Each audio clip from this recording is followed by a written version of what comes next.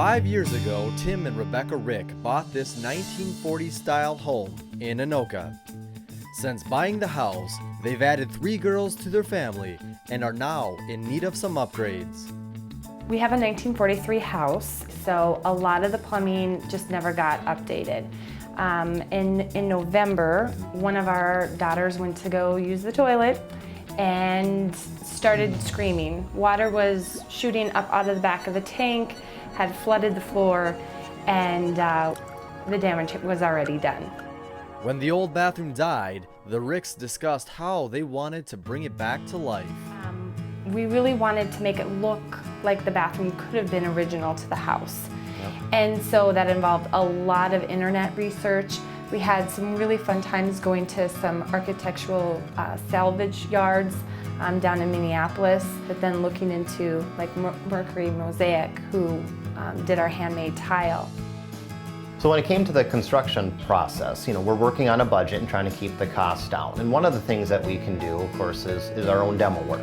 So it's just a matter of grabbing a hammer and just starting opening up the walls.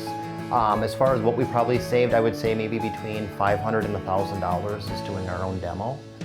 Once the demo was done, they hired a construction team to turn their dream into a reality.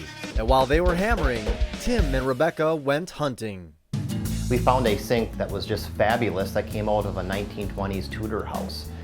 We also went to Bauer Brothers Salvage in Minneapolis and were able to find a vent that was quite reasonable, and our sink legs that with just a little bit of spray paint, they just came out fantastic as well.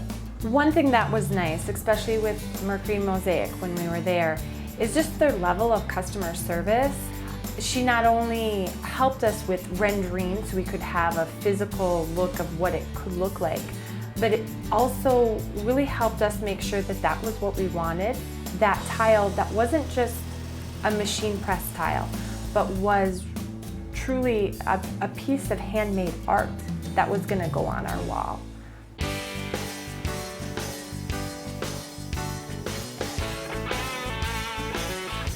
I was really excited about making tile and mosaics, and I wanted to be around it all the time. And so I started a studio in my apartment because it was very practical, and where I lived had a huge attic.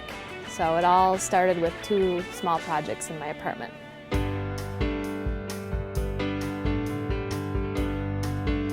Step 1 in tile making is to make the tiles. The process of making the tile is you're going to take raw clay and you're going to extrude it, which is basically pressing clay through a die with an opening that dictates the thickness and the width of the tile. And when you extrude it, it's going to be in flat strips, and you cut out the shape of the tiles that you're going to need. With the raw clay, you're going to want to regulate how it dries so it doesn't dry too fast. Step 2 is glazing the tile. Step 3 is firing the tile. And step 4 is either packing the tile or assembling the sheets of mosaics. Rebecca Rick wanted a bathroom that was inspired by the honeybee, but she didn't want something cutesy. And she really liked the whole Art Deco period. And so we picked out tiles for her wall that were a classic historic design, just a simple 3" by 6" what's known as a subway tile because of how it's staggered.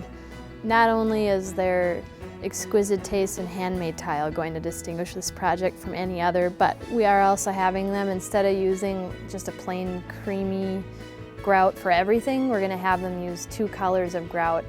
The second color grout that we're going to use is called sable brown, and it's a really deep brown. And it's very dramatic with some of the colors that they've picked out, and that's going to go on the mosaic rug, on their trim, and then in their recessed cove area. This recessed cove where she's going to have, it's going to be like one of the most glorious displays of shampoo. And then it's going to have this arch shape, which is going to mimic like the ceiling in the bathroom. And then she's going to have this trim going throughout the shower with all the colors from the honeycomb tiles on the floor are going to be on her trim, and she's going to have stamps that we've put in some of the trim pieces that are called bloom. And then her ceiling is going to have the same mosaics on it, and so it's going to have kind of the feeling of a hive with the shape of the arch.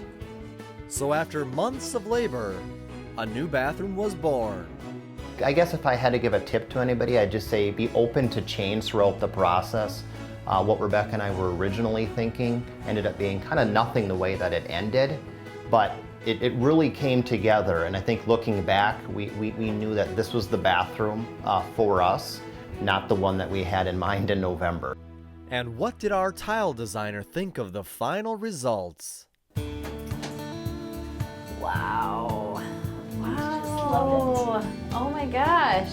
It just feels so warm and inviting, and you can just completely unwind, and it's elegant.